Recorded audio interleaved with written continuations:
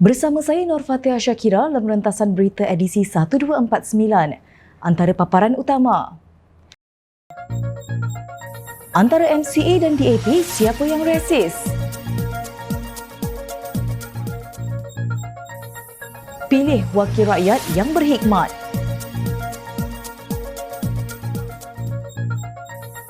Bekalan telur pun tak boleh urus.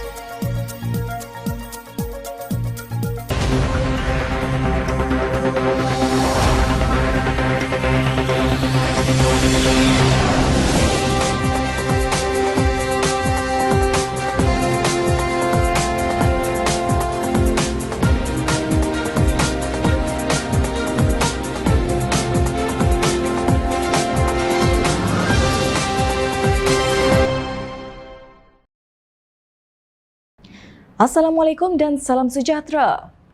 Bekas Presiden MCA Liew Tiong Lai berkata parti itu mempunyai tanggungjawab untuk mengekalkan pengalaman Barisan Nasional demi manfaat generasi muda. Beliau berkata MCA adalah satu-satunya parti yang boleh menawarkan pengalaman yang katanya unik kepada masyarakat Cina. Tiong Lai mengulangi hasrat untuk merampas semula kerusi Parlimen Bentong yang disandangnya secara berterusan selama hampir 2 dekad antara 1999 dan 2018. Inilah sebabnya kami menggesa rakyat Cina Malaysia agar kembali kepada parti untuk memberikan MCA dan anda sendiri suara yang kuat di Parlimen, kerajaan dan dalam Jemaah Menteri, katanya dalam wawancara eksklusif bersama Free Malaysia Today. Menurut beliau, UMNO dan MCA kenal dengan baik antara satu sama lain kerana telah bersama selama beberapa dekad. Kami benar-benar faham antara satu sama lain. Itu menjadi kunci kejayaan Malaysia sejak 60 tahun lalu, tegasnya. Antara jawatan dalam kabinet yang dipegang oleh Tiong Lai ialah Timbalan Menteri Belia dan Sukan 2006 hingga 2008, Menteri Kesihatan 2008 hingga 2013 dan Menteri Pengangkutan 2014 sehingga 2018. Parti-parti dalam PH didorong kepentingan diri semata-mata. Mereka bertelaga sama sendiri bagai kucing dan anjing. Perkara itu yang menyebabkan kerajaan PH tumbang selepas hanya 22 bulan, tegasnya. Beliau mendakwa perubahan hanya boleh datang dari dalam Barisan Nasional. Tiong Lai ditentang oleh Wong Tak bebas, Yang Safura Othman DAP, Roslan Hassan Perikatan Nasional dan Acik Khalil juga bebas. Apa hasrat MCA untuk berada di Parlimen? Adakah MCA hendak memperjuangkan kebajikan masyarakat berbilang kaum?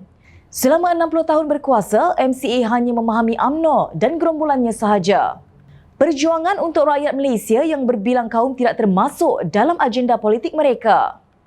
Itulah hakikat perjuangan MCA yang tersirat menerusi kata-kata Tiong Lai sendiri.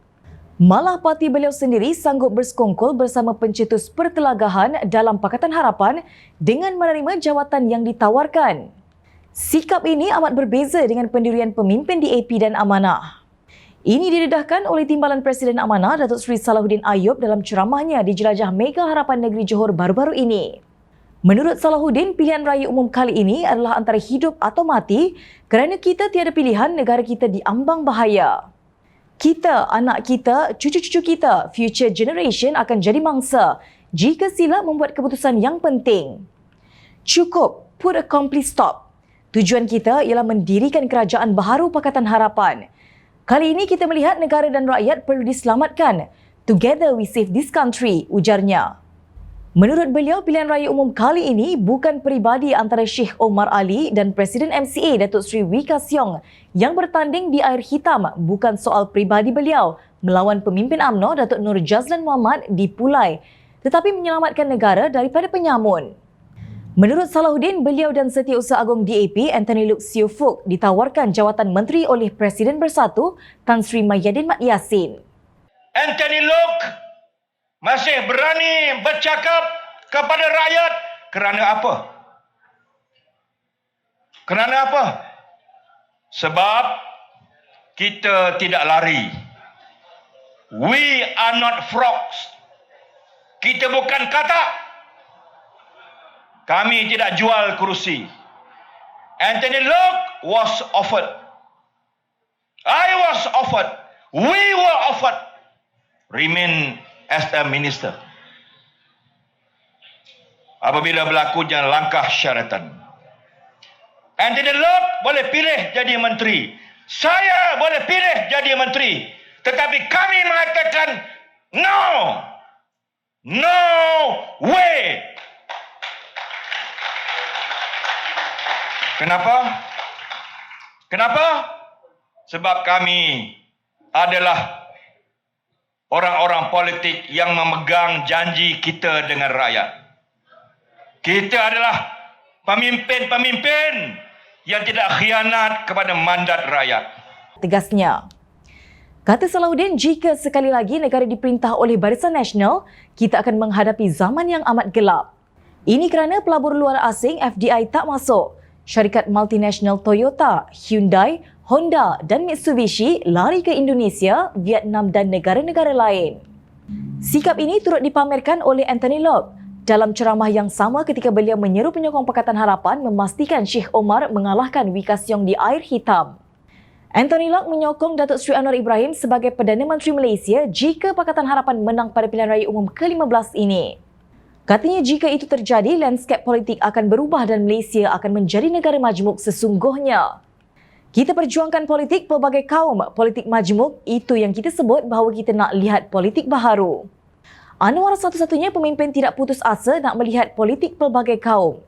Kita terima kepimpinan Melayu kerana majoriti orang Melayu. Itu tak jadi pertikaian, cuma kita nak lihat sebuah kerajaan yang mengiktirafkan negara ini majmuk.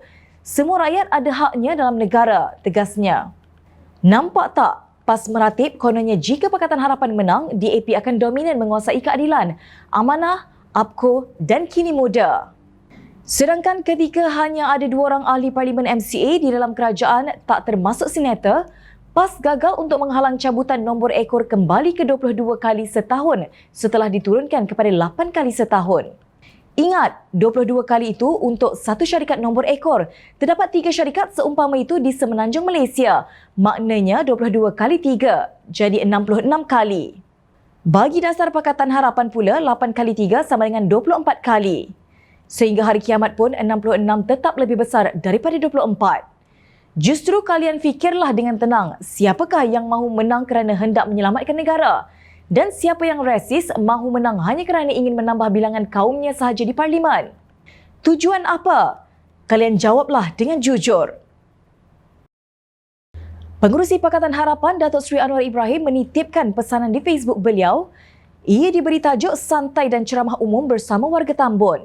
Saya ingatkan rakyat agar buat pilihan bijak bagi menentukan nasib mereka untuk 5 tahun mendatang dan juga untuk masa depan. Harapan adalah satu-satunya gabungan yang benar-benar bergerak dan perjuangkan atas nurani rakyat. Demikian mukadimah pesanan tersebut yang jelas menunjukkan ia ditujukan kepada seluruh rakyat Malaysia. Menurut Anwar, rakyat tidak lagi sanggup menempuh kegagalan seperti mana yang kita saksikan di bawah pentadbiran Tan Sri Mahyadin Mat Yassin yang menyaksikan tempoh Perintah Kawalan Pergerakan atau PKP paling lama di dunia, sedangkan jumlah jangkitan dan kematian terus meningkat. Beliau membandingkan tindakan kerajaan tebuk atap ini dengan situasi negara lain. Ini berbeza dengan negara-negara yang melakukan lockdown dengan tempoh yang lebih singkat tempohnya dan keadaan wabak terkawal dengan baik. Apakah ini bukti kegagalan yang nyata? Soalnya. Katanya Kerajaan Perikatan Nasional juga semasa itu mempunyai peluang yang baik untuk merubah sistem dan dasar ekonomi kepada yang lebih baik, tetapi tidak melakukannya. Kegagalan terbesar PN adalah melantik 70 orang menteri kabinet tertinggi dalam sejarah Malaysia bersama beberapa orang duta khas tatkala rakyat menderita hilang punca pendapatan sehingga ke tahap mengangkat bendera putih. Apakah fungsi dan faedah melantik duta-duta khas ini kepada rakyat dan negara? Pidasnya. Anwar juga menemplak sikap sesetengah pemimpin yang mengaku ustaz tetapi tidak menunjukkan kualiti yang sewajarnya. Saya turut tegaskan bahawa negara ini tidak perlukan ustaz tepi jalan yang rendah tahap pemikiran seperti yang ditonjolkan seorang pemimpin PAS di Semanggul berkenaan fitnah yang dilemparkan kepada saya. Inilah yang terjadi apabila pemimpin utama PAS gagal menegur ustaz-ustaz mereka dan akhirnya fitnah serta hujah bebal terus mengakar dalam parti yang kononnya memperjuangkan Islam.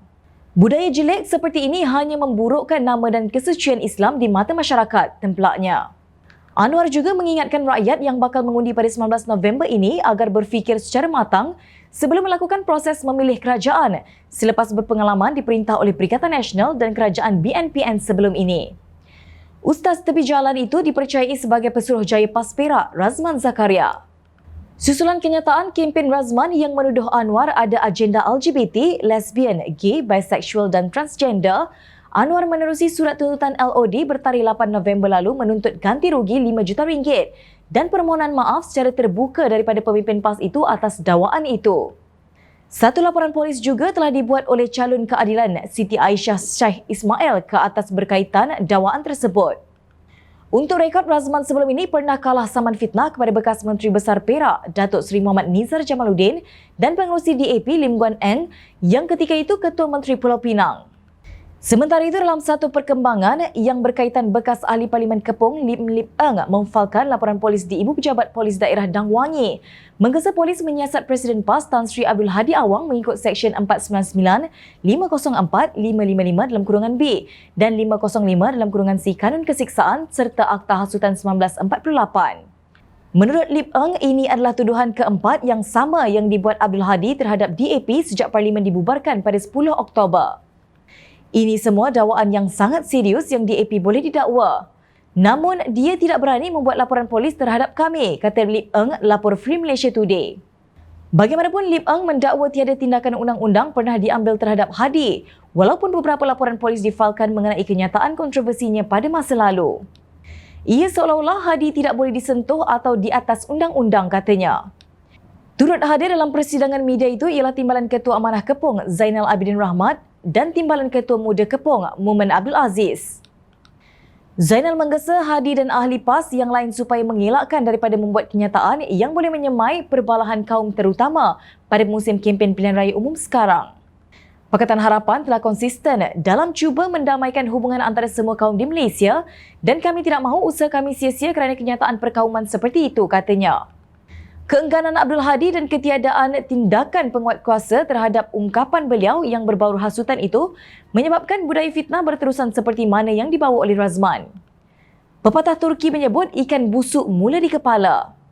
Itulah yang berlaku kepada parti itu yang kononnya memperjuangkan Islam dan kini mempromosikan slogan bersih dan stabil atau singkatannya BEST. Agaknya bersih dan stabil, apa yang ingin dicapai menerusi hasutan dan menakut-nakutkan orang Melayu di negara ini terhadap kewujudan kaum lain. Kekurangan bekalan telur adalah satu kegagalan kerajaan campuran BN, PN, PAS, GPS, kata bekas Timbalan Menteri Pertanian Simzi Zin. Menurut beliau, pengakuan Tan Sri Anwar Musa yang mengetuai pasukan khas jihad tangani inflasi berhubung kegagalan usaha kerajaan mengatasi kekurangan bekalan telur di pasaran adalah petanda betapa tidak berwibawanya kerajaan peralihan ketika ini. Pasukan khas ini yang dianggotai 5 Menteri Kabinet selain Anwar Musa ialah Menteri Keuangan Tengku Datuk Seri Zafrul Abdul Aziz, Menteri Pertanian dan Industri Makanan Datuk Seri Ronald Kiandi Mafi, Menteri Perdagangan Dalam Negeri dan Hal Ehwal Pengguna KPDN-HEP, Datuk Seri Alexander Natalinggi dan Menteri di Jabatan Perdana Menteri Datuk Seri Mustafa Mohamed. Memandangkan mereka mewakili semua parti BNPN GPS, kegagalan pemimpin kanan kerajaan ini menunjukkan kegagalan semua parti-parti kerajaan sedia ada, kata Zizin. Katanya rakyat Malaysia memerlukan bekalan 30 juta telur setiap hari. Ini kerana telur merupakan bekalan sumber protein yang termurah. Selama 30 tahun, bekalan telur tidak pernah mengalami kekurangan. Beliau berpendapat kekurangan di pasaran disebabkan oleh 3 faktor utama iaitu yang pertama, kadar subsidi yang tidak mencukupi, penternak tidak dapat menanggung kerugian, maka mereka terpaksa mengurangkan pengeluaran. Kedua, kegagalan kerajaan membantu penternak, kerajaan gagal membantu mengatasi masalah kekurangan pekerja yang serius dan mengatasi gaji pekerja yang meningkat. Dan yang ketiga, pemberian subsidi yang lewat dan penuh kerenah birokrasi. Kadar subsidi sentiasa berubah-ubah dan tidak menentu, menyebabkan penternak hilang keyakinan kepada sistem subsidi. Mereka juga menghadapi masalah menerima subsidi selepas berbulan-bulan menghantar permohonan, tegas Zizin. Sementara itu, Persatuan Pengguna Pulau Pinang CAP menggesa KPDN-HEP menyelesaikan masalah kekurangan bekalan telur ayam segera. Kebanyakan peniaga runcit dan pasar awam mendakwa sukar untuk mereka mendapatkan bekalan itu sejak 2 minggu lalu, sekaligus menimbulkan kebimbangan terhadap kekurangan bekalan pada masa hadapan. Telur ayam adalah sumber protein termurah di pasaran, kata Presidennya Muhyiddin Abdul Kadir. CAP merujuk kepada laporan berita bahawa pengeluar telur telah memilih untuk menyembelih ayam mereka sebelum mencapai kematangan mengakibatkan kekurangan telur. CAP mempersoalkan kenyataan pasukan khas jihad tangani inflasi baru-baru ini yang mengenal pasti kos makanan ayam yang tinggi sebagai bertanggungjawab terhadap kekurangan bekalan telur ayam. Mengapa mereka tidak berunding dengan penternak ayam lebih awal dan mengambil tindakan pembaikan?